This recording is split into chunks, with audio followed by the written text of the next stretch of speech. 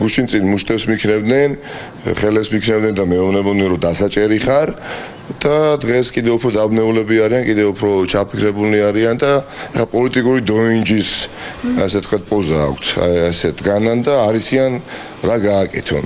და ეს არ არის მთავარი. მთავარი არის ის რომ მე ვიცი რა უნდა გავაკეთო. მე აუცილებლად რა თქმა უნდა ვივლი პარლამენტში, როგორც მინიმუმ.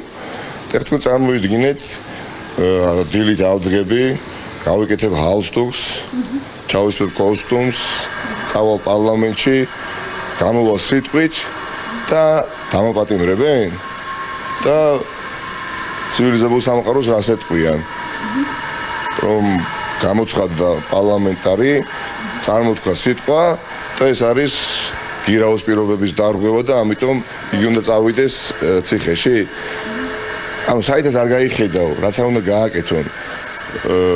ყველგან თავი მოეჭრებათ, იმიტომ რომ ბოროტი განზრახვა ჰქონდათ თავიდანვე და ეს განზრახვა მათ სისულეში ვერ მოიყვანეს. აბსოლუტურად აბსურდულ სპირალში არიან შესულები.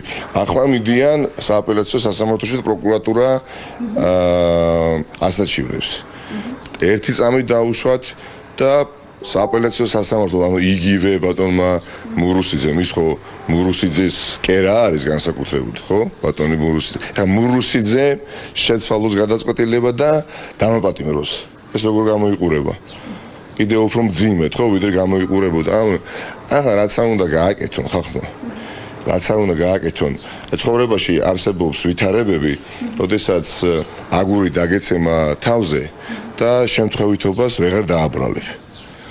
აი ასეთ ვითარებაში აღმოჩნდა ქართული ოცნება.